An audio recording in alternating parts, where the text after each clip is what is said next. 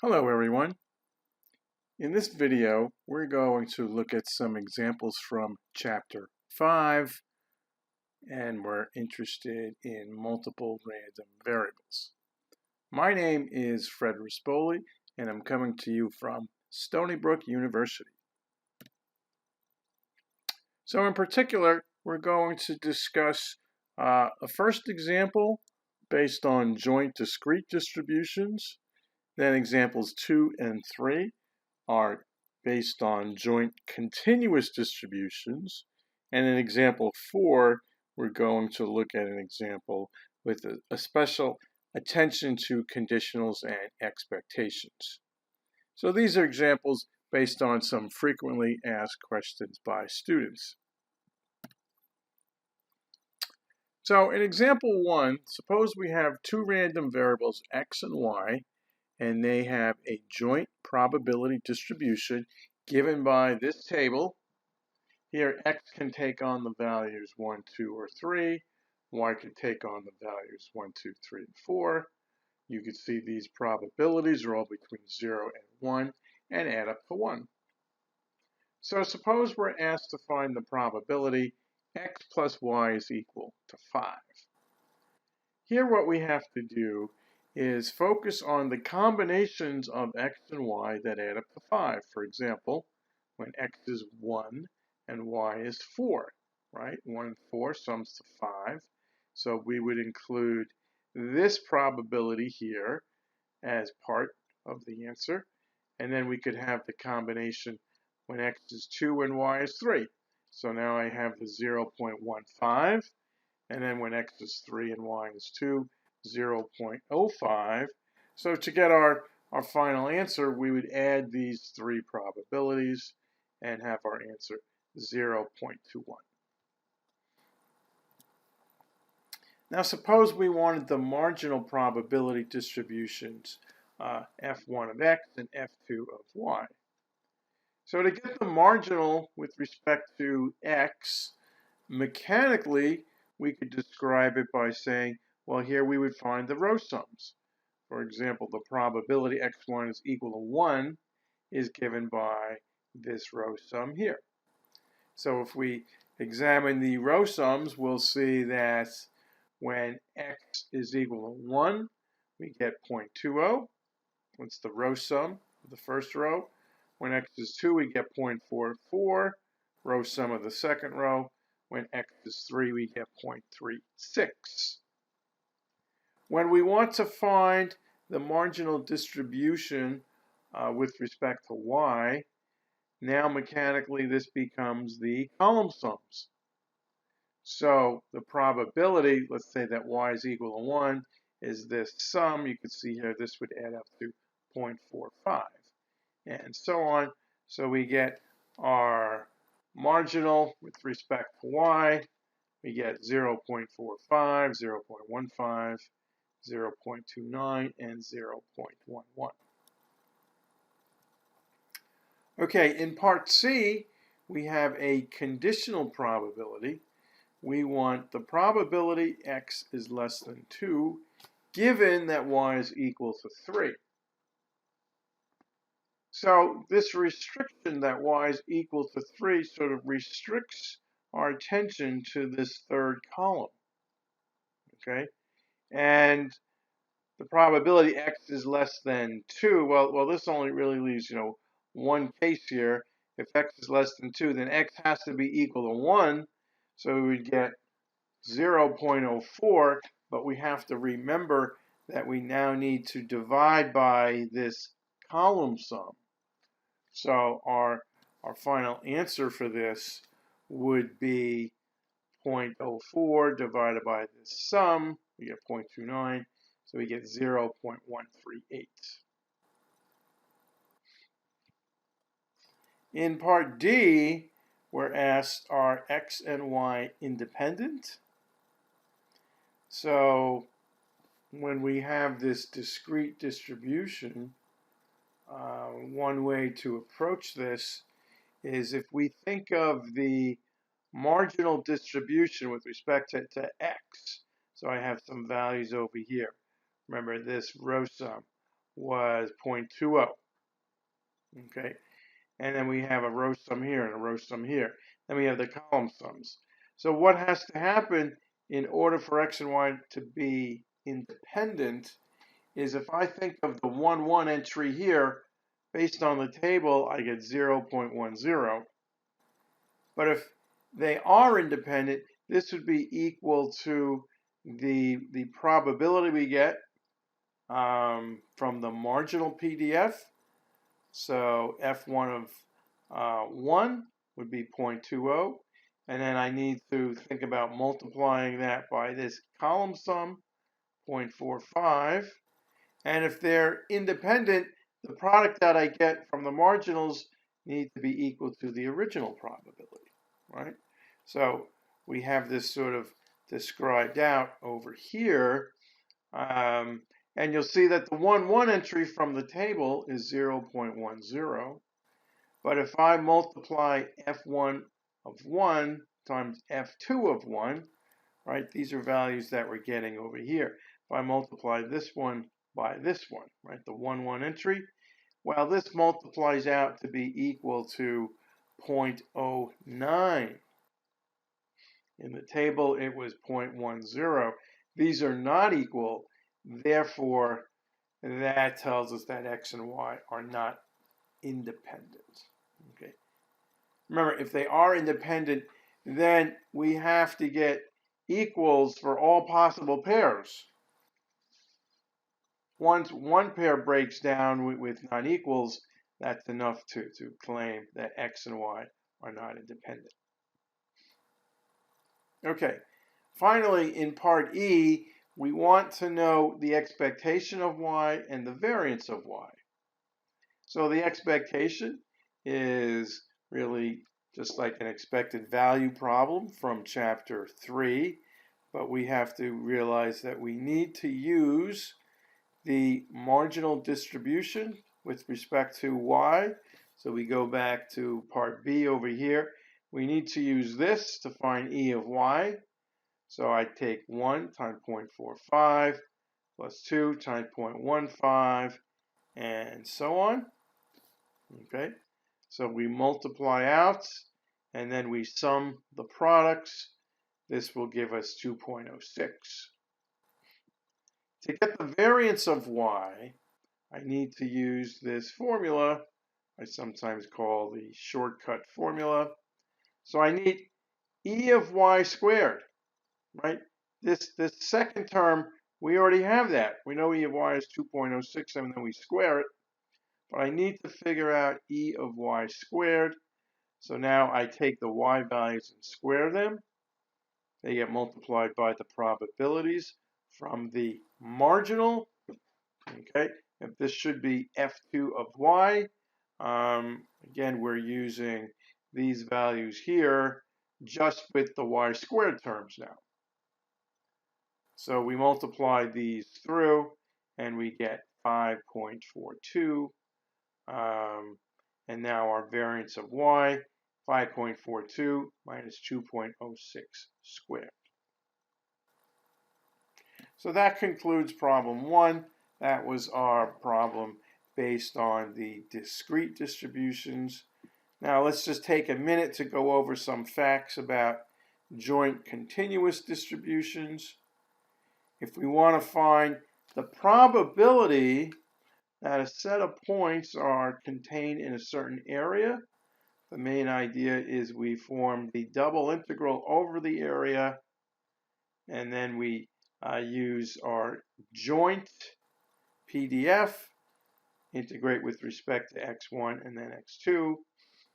If we have bounds for x1 and x2, we could set up the integral to look like this integral, as here we have x1 going from a to b, x2 from c to d, our joint PDF, dx2 d1, dx1. And remember, we know that our PDF has to be a function that integrates to 1. Okay, so that's just a quick review. The marginals, if I want the marginal with respect to x1, I integrate out x2, And similarly, the marginal with respect to x2, we integrate out x1. The conditional probability distribution. Okay, so here what you would need is the marginal PDF first. So if I want the conditional of x2 given x1, we take the joint PDF divided by the marginal PDF. Okay, so we need the marginals first, and then we could find this.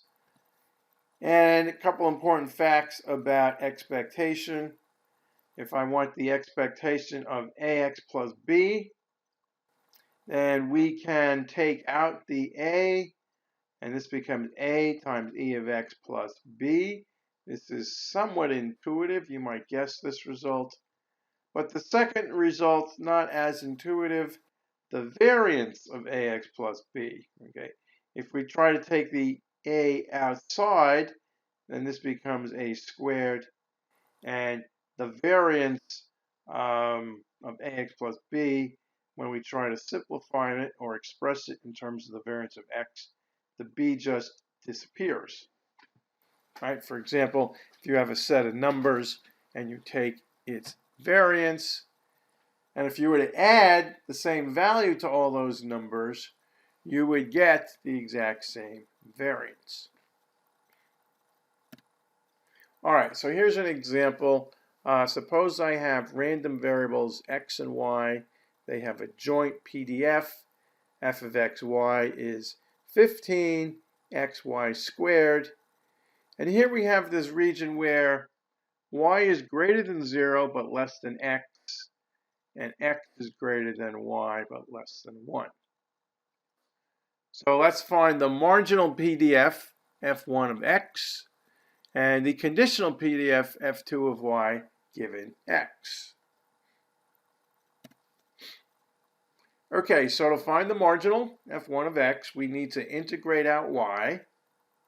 Okay, I need to think about my bounds on y. So y is varying between 0 and x, right? We can see that right here. Y varies between 0 and x. So we substitute in our joint PDF, and now we integrate with respect to y. So this becomes, right, if we leave the 15 for a second, I'll have 15x y cubed over 3, okay? But the 15 over 3 simplifies to 5. So I get 5xy cubed. And now we're substituting in, y is going from 0 to x. So when I substitute in x for y, you can see we get 5x to the 4th. And then when y is 0, this term just becomes 0. And now x varies between 0 and 1. Okay. So we could check to see that this itself is a PDF by integrating this. X goes from 0 to 1, and you'll see that that works out to be 1. Now for part B, we want to find the conditional PDF f2 of y given x. So we go back to what we said about 2 minutes ago. The conditional is obtained by looking at the joint PDF divided by the marginal. So here this numerator was our given joint PDF. The marginal we get right from part B over here, 5x to the 4th. So we simplify the constants. 15 over 5 gives us 3. We have the y squared term, and then we could cancel out an x. So we end up with 3y squared over x cubed. Y is between 0 and x. Okay, so again, so this is the conditional of y given x. Now, suppose we have a few related questions to this. So we'll go back to the same joint PDF. F of xy is 15 xy squared. Suppose we now want the probability y is greater than a third given a random variable x is equal to x. Okay, and this is for x varying between 1/3 and 1. Part D, we're going to determine if x and y are independent, but let's focus on part C.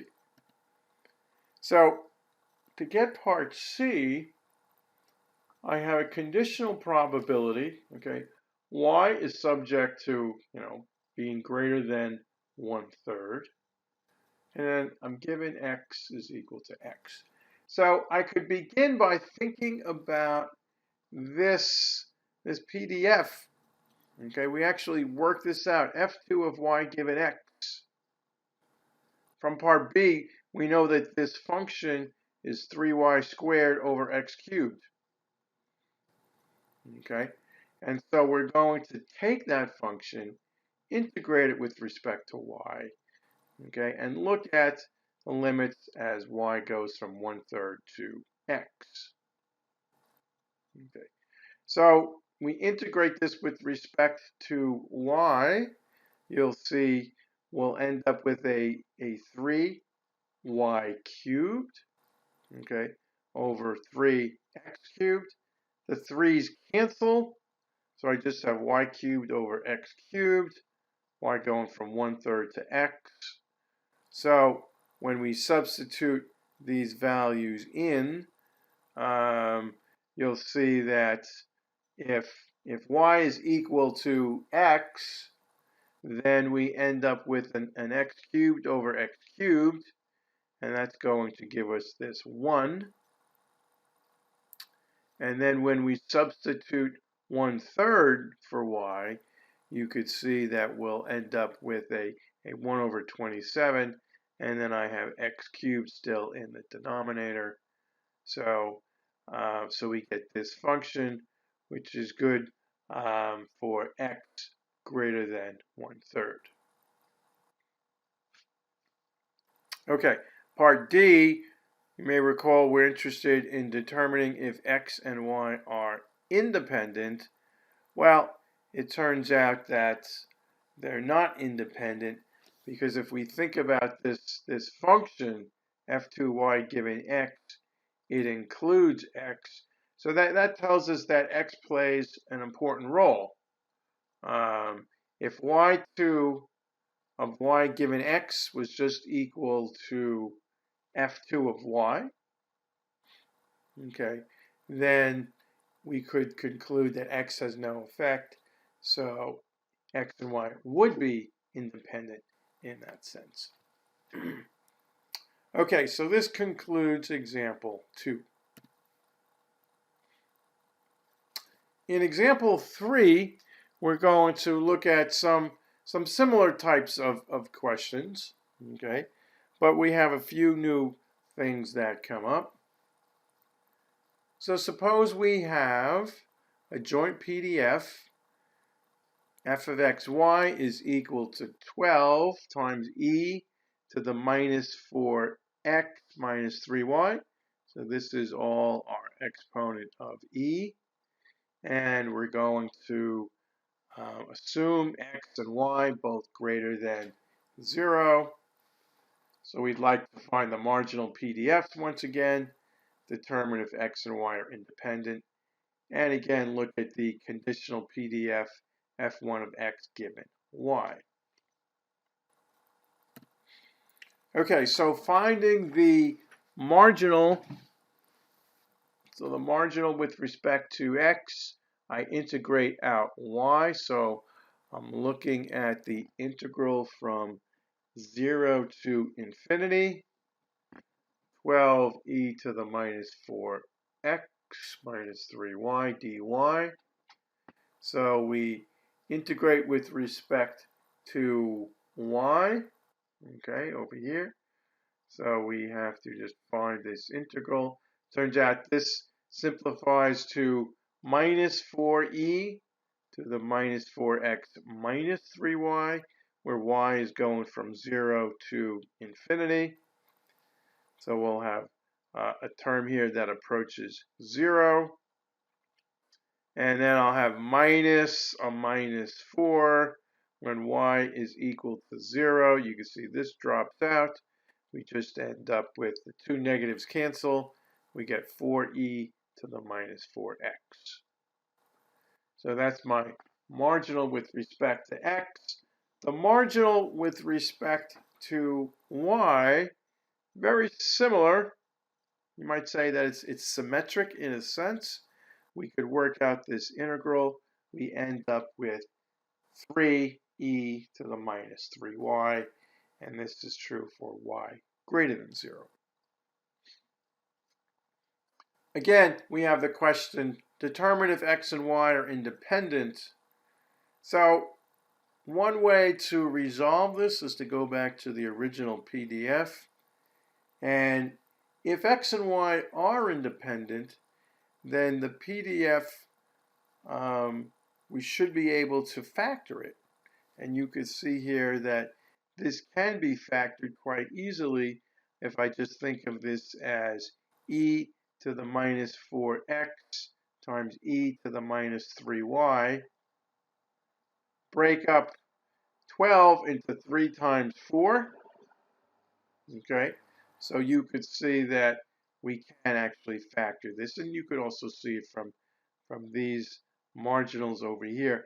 If I were to take these marginals and multiply these two, then I would get the 12e to the minus 4x minus 3y. Okay, now in part C, we're asked to find the conditional PDF f1 of x given y. Okay, so there's a couple ways we may do this, but we know by independence y is not going to play a role. So one quick way to do it is we're just going to get the marginal with respect to x. Okay. The way we might have approached this is to take the joint, then divide by the marginal with respect to y. So if I take the joint, divide it by this, I get right back to this as well. Okay, so that's parts A, B, and C. Now there's also a D, E, and F. So let's go through that. So we'll go back to our joint PDF, f of x, y. It's 12e to the minus 4x minus 3y. Suppose we wanted the marginal CDFs, right, before we found the PDFs. But if I now want the marginal CDFs, okay, we would integrate. So the marginal CDF, f1 with respect to x, I'm taking the integral of, let's say, 0 to x. Okay, in here I have the marginal. Okay, so we get e to the minus 4t. T is going from 0 to x. You can see we get 1 minus e to the minus 4x. And when we're looking at CDFs, we need to express it in terms of a piecewise function. So this is valid for x greater than 0. For x less than 0, we would have 0. Okay, the CDF with respect to y, okay, is found similarly. Okay, so now we're integrating from 0 to y. I use the marginal PDF in here. Okay, so you could see this becomes a fairly easy integral. The 3's cancel out, and just as you know, in this first part here, we get 1 minus e to the minus 3y. Okay, so that is part B. We call those the marginal CDFs of x and y. Now let's find the probability that y is between 1 and 3. Okay, so we could use these CDFs, right? The probability y is between 1 and 3. I'm going to find f2 of 3 minus f2 of 1. Okay, so f2 of 3, we go back over here. So now y is 3, so I have 1 minus e to the minus 3 times 3. So that's how I get 1 minus e to the minus 9. And then we subtract from that f2 of 1. So here I substitute in a 1. I get 1 minus e to the minus 3. You could see that the 1's cancel out. This term here, I have a minus and a minus, so we get e to the minus 3 minus e to the minus 9. Okay, if I wanted to find the probability that y is between 1 and 3, given x is equal to 3, so another conditional. Well, we know by independence that this condition isn't going to affect anything. Okay, so we get the probability that y is between 1 and 3, and this now reduces to the same question we had in part E, so we could use that answer. E to the minus 3 minus e to the minus 9. So that concludes example 3.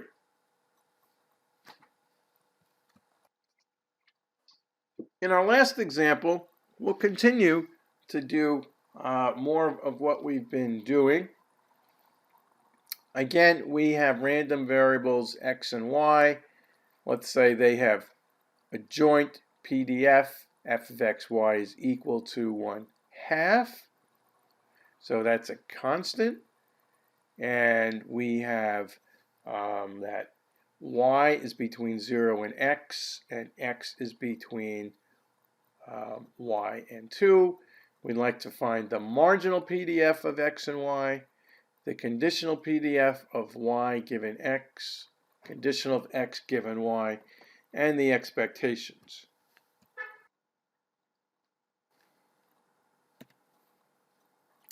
Okay, so to get the marginal PDF, let's say the f1 of x, once again, we integrate from 0 to x.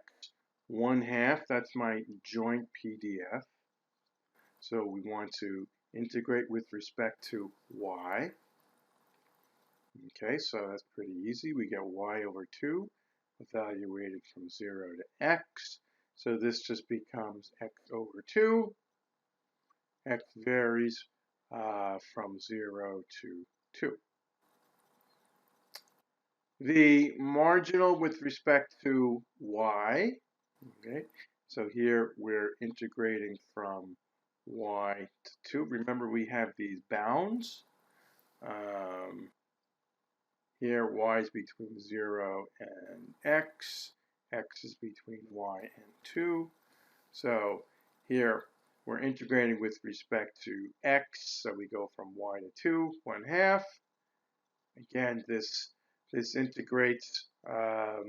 This becomes just x over 2. And so we get 2 over 2 minus y over 2, or simplified a little bit, we get 2 minus y over 2. So those are the marginal PDFs. We also are interested now in the conditional PDF of y given x is equal to x. And remember, the conditional is the joint PDF divided by the marginal PDF, right? That's what we have over here, the joint PDF divided by the marginal. So if I want f2 of y given x, I have the marginal with respect to x in the denominator. So the joint PDF is 1/2, and the marginal is x over 2, right? So we get that from part A, x over 2. So you could see the 2's cancel, and we have 1 over x for that. Okay, and here we have these bounds that we were originally given. If I want the conditional of x given y, so now I have the same joint PDF, But in my denominator, I have the marginal with respect to y. So I get 1/2 over 2 minus y divided by 2. You can see these 2's will cancel, so we get 1 over 2 minus y.